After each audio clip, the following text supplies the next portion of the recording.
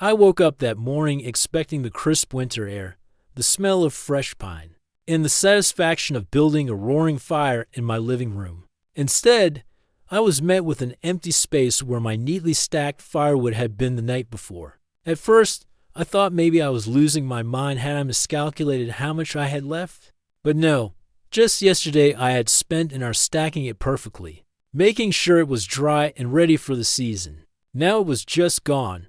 Not a single log remained. Someone had taken it, and not just taken a few pieces, they had wiped out my entire supply, right down to the last splinter.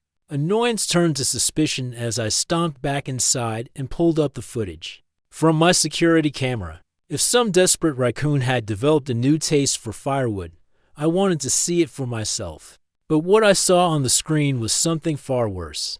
There she was, Dolores, the self-appointed queen of the Hoa, the woman who made it her mission to control everything in our neighborhood. She wasn't even trying to be sneaky. Wearing her ever-present smug expression, she strutted up to my firewood pile in broad daylight, barking orders at some clueless neighbor who had the misfortune of crossing her path. With a grand wave of her hand, she gestured for two hired movers, who were apparently on her latest power trip, to haul my wood into the back of a pickup truck. She didn't hesitate, didn't look around in guilt or hesitation. She simply took it.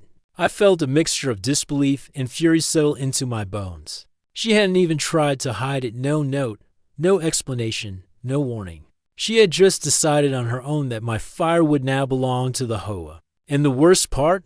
I already knew exactly what her excuse would be. She would claim it was some kind of violation, that my firewood wasn't aesthetically pleasing enough for her high standards. Or maybe she'd say it was a fire hazard, despite the fact that plenty of people in the neighborhood had the exact same setup. But none of that mattered. Dolores made the rules, and Dolores decided when to break them.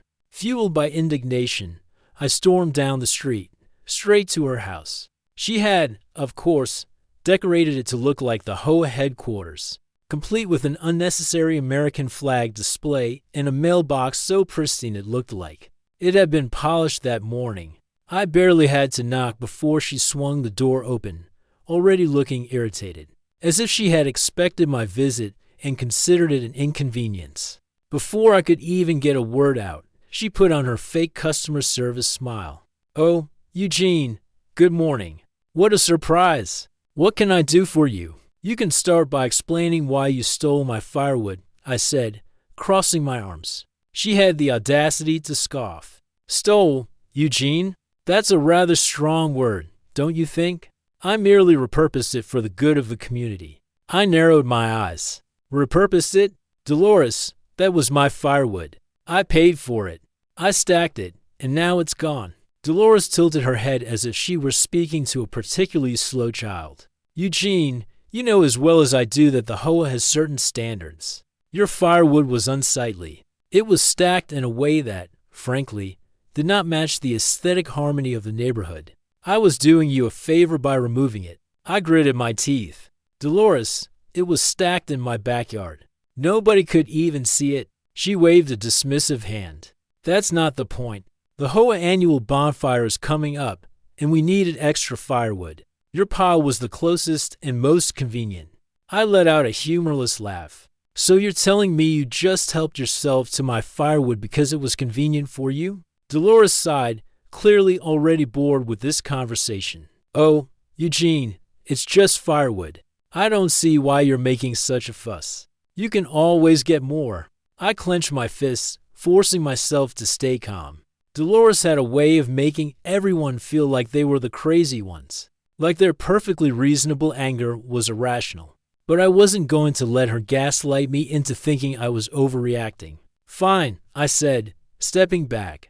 "If you want to play it that way, Dolores, go ahead, enjoy my firewood. But just know that you've made a huge mistake." Dolores gave a condescending laugh. "Oh, Eugene, you're always so dramatic. It's just firewood." I turned and walked away, already formulating my next move. Dolores had been running this neighborhood like her own personal kingdom for years, bullying people into following her arbitrary rules. But this time, she had messed with the wrong person. She had taken from me, not just out of greed but out of entitlement, believing there would be no consequences. I went straight to my garage, an idea forming in my head so brilliantly devious that I almost laughed out loud. Dolores thought she could take what she wanted without repercussions? Well, I was about to show her just how wrong she was. My hands worked quickly as I dug through my supplies, pulling out the perfect components for my plan: a few hollowed-out logs, a bag of fire ants, tiny creatures with a bite that could make even the toughest person cry, and just enough patience to wait for the perfect moment. Dolores had unknowingly declared war, and I had just the perfect way to strike back. I sat in my garage staring at the hollow logs. I had carefully prepared, feeling a deep sense of satisfaction brewing inside me. If Dolores wanted to take my firewood without asking, then I would make sure she got exactly what she deserved. There was something poetic about it. She had taken from me under the pretense of community betterment, but now she was about to unknowingly sabotage herself. I reached for the small container beside me, carefully lifting the lid just enough to confirm that my tiny army was still active. The fire ants inside swarmed angrily, their little bodies twitching with energy, completely unaware that they were about to become an essential part of my revenge. I had spent hours making sure the plan would work perfectly. The logs looked just like the ones Dolores had stolen, same size, same cut, same natural imperfections.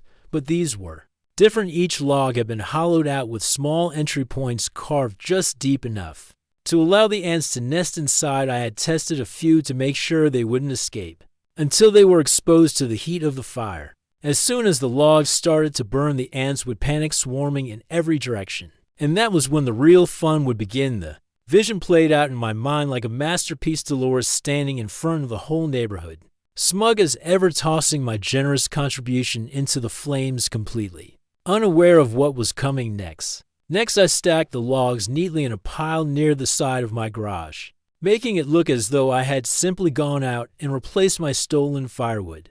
Dolores was predictable, and I knew that the moment she saw fresh logs on my property, she wouldn't be able to resist helping herself again. It was a power thing with her. It wasn't about the firewood, it was about proving she could take what she wanted whenever she wanted. She had done it before, and she would do it again, and when she did, I would be ready the next morning. I barely had to wait.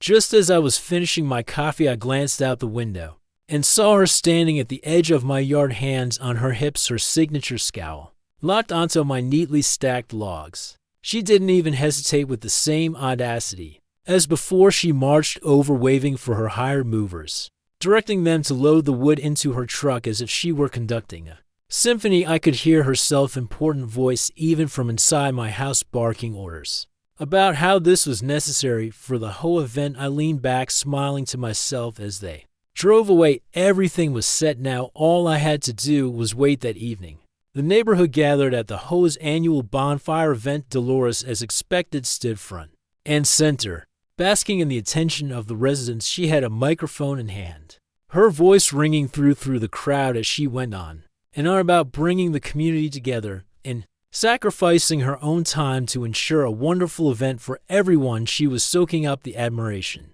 like a sponge, unaware that her moment of triumph was about to become her moment of humiliation. The fire pit crackled with warmth as people gathered around, sipping hot cider and chatting. Dolores, in her typical fashion, insisted on having the honor of throwing in the first log. She made a dramatic show of picking up one of the hollowed logs, holding it above her head like it was some kind of ceremonial offering, then tossed it into the flames with a flourish. The crowd cheered. The wood caught quickly, and for a brief moment everything was normal. Then the ants woke up. At first it was just a few tiny, confused creatures, disoriented by the sudden heat, crawling their way out of the log in search of escape. But within seconds it was an absolute swarm. Dozens turned to hundreds, then to thousands, all fleeing the flames in pure survival mode. The fire pit exploded into chaos as ants poured out in every direction, landing on shoes, crawling up legs, and biting anything in their path. The screams started small but quickly escalated as the full force of the infestation hit the crowd. Dolores, standing closest to the fire, was the first victim. She let out an ear-piercing shriek, swatting wildly at her arms as ants crawled up her sleeves, down her back, and into her hair. She stumbled backward, crashing into the refreshments table, knocking over a massive bowl of cider which spilled all over her clothes, soaking her.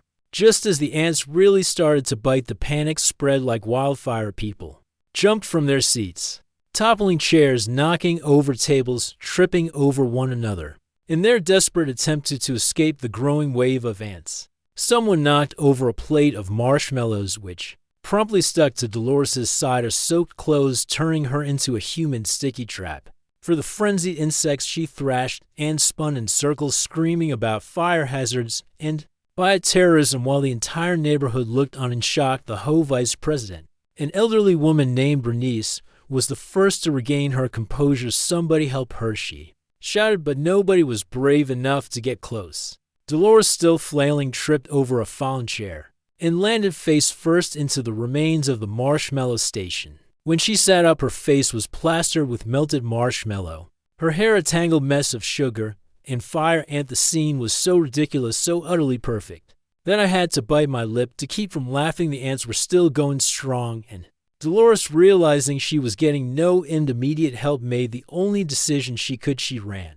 She sprinted past the crowd, through the park, and straight into the lake. At the edge of the event space, with an unceremonious splash, she threw herself into the water, emerging seconds later gasping and flailing, her carefully styled hair now dripping over her face like a defeated sea monster. The neighborhood stood frozen, watching in stunned silence. Then slowly the first chuckle started. They spread like ripples in a pond until the entire gathering was shaking with laughter. Even Bernice, still clutching her clipboard, was doubled over, tears streaming down her face. Dolores, humiliated, crawled out of the water, her once perfect image now in shambles. She stomped towards her car, soaking wet, covered in marshmallow, her pride in absolute ruins. She didn't bother making a speech, didn't try to regain control of the night. She just got into her car, slammed the door, and drove off into the darkness, leaving behind a bonfire event that would be talked about for years to come. I stood near the back of the crowd,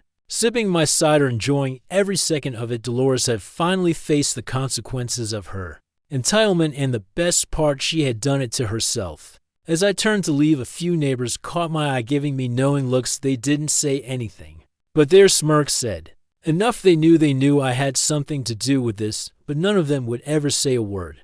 The night was a triumph, and as I walked home listening to the distant echoes of laughter, I knew one thing for sure: Dolores' reign of terror was officially over. The aftermath of the bonfire disaster spread through the neighborhood like wildfire. By the time I woke up the next morning, the entire street was buzzing with whispers. Texts were flying, and a few neighbors were still laughing about the sight of Dolores running into the lake covered in marshmallow and fire, and it was the kind of event people would talk about for years, the story morphing and growing with every retelling. Some claimed Dolores had screamed so loudly that she startled every dog within a 5-mile radius. Others said she had swallowed a marshmallow whole while flailing and nearly choked. Every version got a little more ridiculous, and I was more than happy to let the legend of Dolores, however, was nowhere to be seen. Her house, which was usually a hive of self-important activity, stood eerily quiet. No early morning Ho notices taped to people's doors, no passive-aggressive emails about trash bins being left out for too long.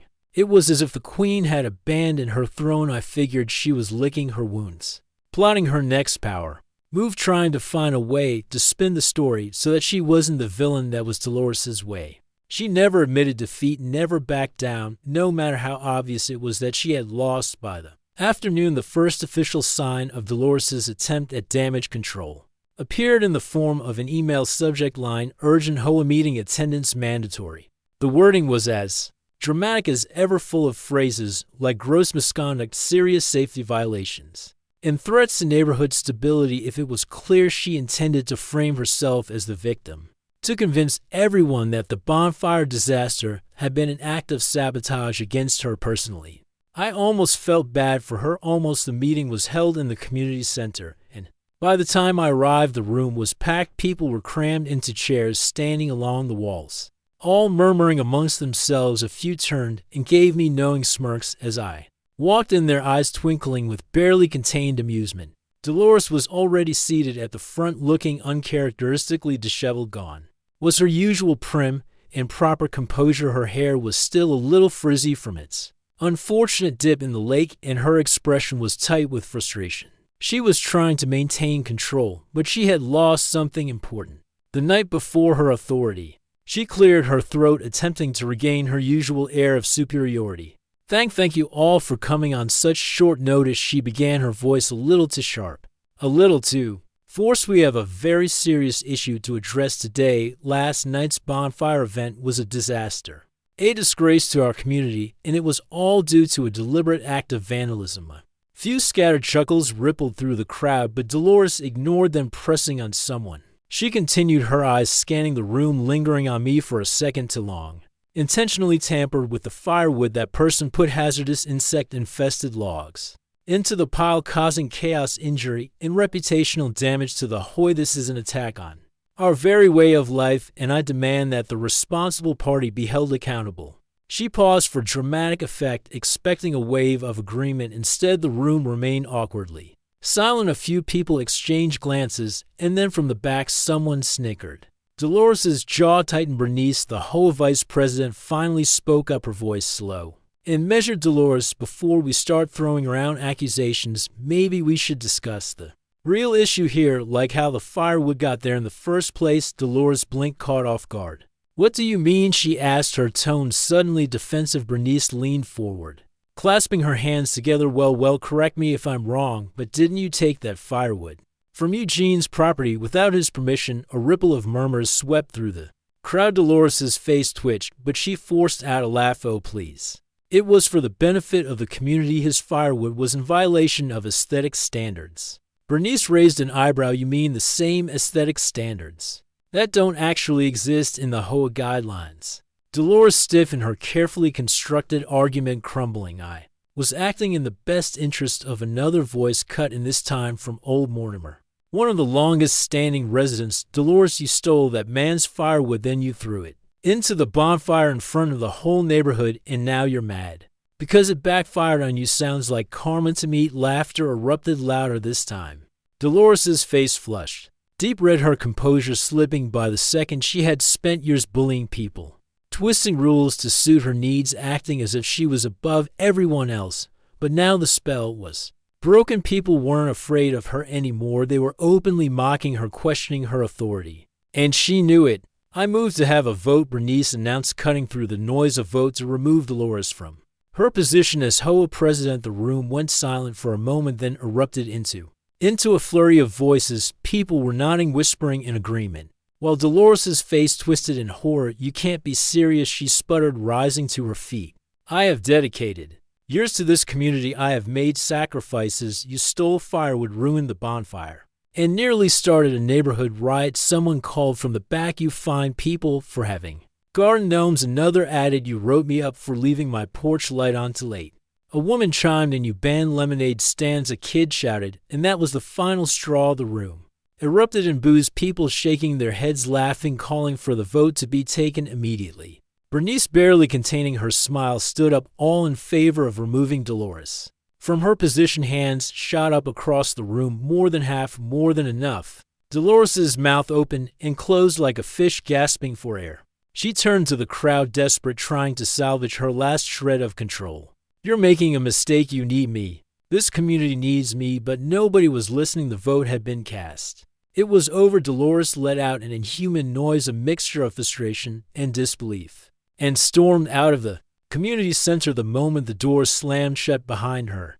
The room erupted into cheers. That night I sat on my porch, a fresh pile of legally owned firewood stacked beside me. The air was crisp, the sky clear, the kind of perfect evening for a small personal bonfire. As I watched the flames flicker and dance, a few neighbors stopped by, laughing, sharing a drink, reveling in the victory of the day. Dolores's reign was over. The Hui was free. And for the first time in a long time, the neighborhood actually felt like a community again. I raised my cup of hot cider, smiling to myself, here's to justice. I murmured, tossing another log into the fire, and for once I could enjoy it in peace.